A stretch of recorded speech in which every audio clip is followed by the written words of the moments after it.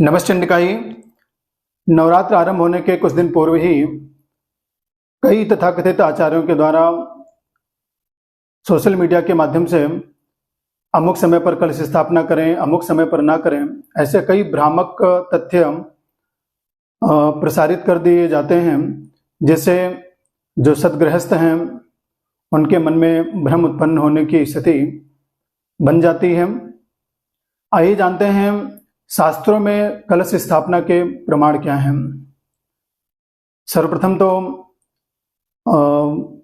देवी पुराण में और डामर तंत्र में स्पष्ट रूप से लिखा हुआ है, अमायुक्तान कर्तव्या प्रतिवत पूजने मम मुहूर्त मात्रा कर्तव्या द्वितीयादि गुणान्विता। अर्थात देवी पुराण में डामर तंत्र में देवी जी का स्पष्ट वचन है कि अमावस्या से युक्त प्रतिपदा तिथि में हमारा पूजन न करें। द्वितीयादि तिथियों के गुणों से युक्त प्रतिपदा तिथि यदि मुहूर्त मात्र में भी प्राप्त होती है तो उसमें हमारा पूजन करें। अन्यान्य ग्रंथों में भी इसके प्रमाण प्राप्त होते हैं। यो माम पूजिते नित्यम द्वितीयादि गुणान्विताम प्रतिपक्षारदिम ज्ञात्वा सोसनते सुखमुव्ययम्। देवी पुराण में स्पष्ट रूप से कहा गया है, यदि कुर्यादमायुक्ताम प्रतिपत् स्थापने मम तस्य सापायुतम दत्वा भस्म शेषम करोम्यहम्। अन्य जगह पर भी प्रमाण प्राप्त होते हैं, अग्रहात् कुरुते यस्तु कलशस्थापनम मम तस्य संपद विनाशम स्यात् ज्येष्ठा पुत्रो विनश्यति। अर्थात सभी ग्रंथों में अमावस्या से युक्त प्रतिपदा में कलश स्थापना का निषेध किया गया है, परंतु किसी भी शास्त्र में स्थिर लग्न में कलश स्थापन करें या अभिजिन मुहूर्त में कलश स्थापन करें या भद्रा तिथि है तो उस समय कलश स्थापन न करें, इसका कोई भी प्रमाण किसी भी शास्त्र में प्रामाणिक रूप से प्राप्त नहीं होता।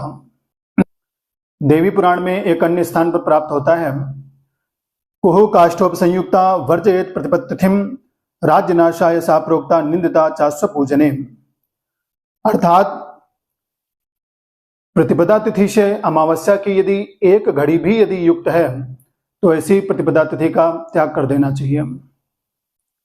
और अमावस्या से रहित यदि एक मुहूर्त भी प्रतिपदा तिथि है तो वो कलश स्थापन के लिए, देवी पूजन के लिए सर्वश्रेष्ठ मानी जाती है। अब एक और महत्वपूर्ण विषय की ओर आप सभी का ध्यान आकर्षित करना चाहूंगा। अभी जैसे कि हमने उदाहरण दिए, कई सारे शास्त्रों में ऐसा उल्लेख मिलता है कि अमावस्या से युक्त प्रतिपदा तिथि में पूजन न करें, घट स्थापन न करें। तो क्या यदि ऐसी स्थिति उत्पन्न होती है कि प्रतिपदा तिथि मान लीजिए कि अमावस्या तिथि से युक्त है और दूसरे दिन मुहूर्त मात्र भी प्रतिपदा तिथि प्राप्त नहीं हो रही है, तो क्या ऐसी स्थिति में कलश स्थापना नहीं करेंगे या फिर प्रतिपदा तिथि का व्रत नहीं रखेंगे? सज्जनों, ऐसी बात नहीं है। यदि ऐसी स्थिति उत्पन्न हो जाती है कि दूसरे दिन प्रतिपदा तिथि न मिले और अमावस्या से युक्त ही प्रतिपदा तिथि मिले, तो ऐसे में भी देखिए शास्त्र क्या कहता है, पर दिने प्रतिपदोत्यंता सत्वेतु दर्शयुतापि पूर्वैव ग्राह्या। अर्थात यदि दूसरे दिन प्रतिपदा तिथि नहीं मिलती है, अमावस्या से युक्त ही प्रतिपदा तिथि मिलती है, तो भी उस अमावस्या से युक्त प्रतिपदा तिथि में भी कलश स्थापना करनी चाहिए, प्रतिपदा का व्रत अवश्य ही रखना चाहिए। कुछ लोग ऐसा भी कहते हैं कि भद्रा है तो भद्रा काल में कलश स्थापना नहीं करनी चाहिए। इसमें शास्त्रीय प्रमाण क्या है, आइए जानते हैं। देवी पुराण में देवी जी ने स्पष्ट रूप से कहा है, या चा शुचि मासे स्यात् प्रतिपद भद्रयान्विता शुद्धा ममार्चनम तस्याम सदयज्ञ फलप्रदम। अर्थात जो आश्विन मास की प्रतिपदा भद्रा युक्त हो तो वह शुद्ध है, उसमें मेरा अर्चन 100 यज्ञ के फल को देने वाला है। अर्थात भद्रा रहने पर भी कलश स्थापना यत्नपूर्वक करना चाहिए। प्रतिपदा तिथि केवल अमावस्या जो युक्त है, अमावस्या से जो युक्त है उसी का निषेध शास्त्रों में प्राप्त होता है। सज्जनों, मेरे इस वीडियो से यह बात स्पष्ट हो चुकी है कि शास्त्रों में केवल अमावस्या से युक्त प्रतिपदा तिथि का ही कलश स्थापन के लिए निषेध प्राप्त होता है। अन्य कोई भी शर्त या निषेध शास्त्रों में प्रमाण के रूप में प्राप्त नहीं होता। जैसे कि कोई भी विशिष्ट मुहूर्त, अभिजिन मुहूर्त, स्थिर लग्न, अमृत मुहूर्त, इन किसी की भी अनिवार्यता प्रमाण के रूप में शास्त्रों में प्राप्त नहीं होती। सज्जनों, कलश स्थापना के लिए केवल अमावस्या से रहित प्रतिपदा तिथि, वो चाहे सूर्योदय काल के समय एक ही मुहूर्त हो या फिर पूरा दिन हो, उसमें किसी भी समय में कलश स्थापना कर सकते हैं, किसी भी प्रकार के भ्रम में न पड़े। और क्योंकि जो लोग ये वीडियो बना करके सोशल मीडिया पर डालते हैं, वो लोग केवल पुस्तकों को पढ़ करके और वीडियो बना करके डाल देते हैं। उनके पास इतनी प्रज्ञा नहीं रहती कि शास्त्र का मर्म क्या है। सज्जनों, देखिए, केवल पुस्तकों को पढ़ करके यदि बता दिया जाता तो देखिए, ग्रंथ तो दुकानों पर बिकते हैं, आप लोग भी खरीद करके उनको पढ़ करके उसके अनुसार बरत सकते हैं, कर सकते हैं। तो फिर ब्राह्मणों की, विद्वानों की, आचार्यों की आवश्यकता ही क्या रह गई।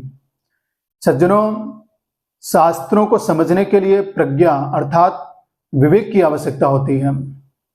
शास्त्रों में स्पष्ट रूप से कहा गया है, यस्य नास्ति स्वयं प्रज्ञा शास्त्र तस्य करोति किम लोचनाभ्याम विहीनस्य दर्पण किम करिष्यति। जिस व्यक्ति के नेत्र ही ना हो उसका दर्पण क्या कर सकता है। और जिसके पास यदि प्रज्ञा ना हो, विवेक ना हो, तो शास्त्र उसको ज्ञान नहीं दे सकता। इसलिए शास्त्र का मर्म गुरु कृपा से, भगवत कृपा से और बाल्यकाल से ही जिसने अध्ययन किया है, प्राप्त किया है, वही शास्त्र के मर्म को समझ सकता है। आप सभी धर्मानुरागी सद्गृहस्थों से मेरा एक निवेदन है, जो भी तथाकथित आचार्य सोशल मीडिया के माध्यम से पुस्तकों को पढ़ करके ज्ञान परोसते हैं, उससे आप सभी सद्गृहस्थों, धर्मानुरागी सज्जनों के मन में केवल भ्रम ही उत्पन्न होता है। आप लोग इस बात का स्मरण रखें कि वो लोग आपके घर में पूजन कराने नहीं आते। आप लोगों के घर में जो लोग कलश स्थापना, पूजन आदि कराने जो ब्राह्मण देवता आते हैं, आप लोग उन्हीं के आज्ञानुसार, उन्हीं से परामर्श लेकर के जिस मुहूर्त में वो कहें, उस मुहूर्त में ही आपको कलश स्थापन, पूजन आदि करना चाहिए और उसी में आपका कल्याण होगा।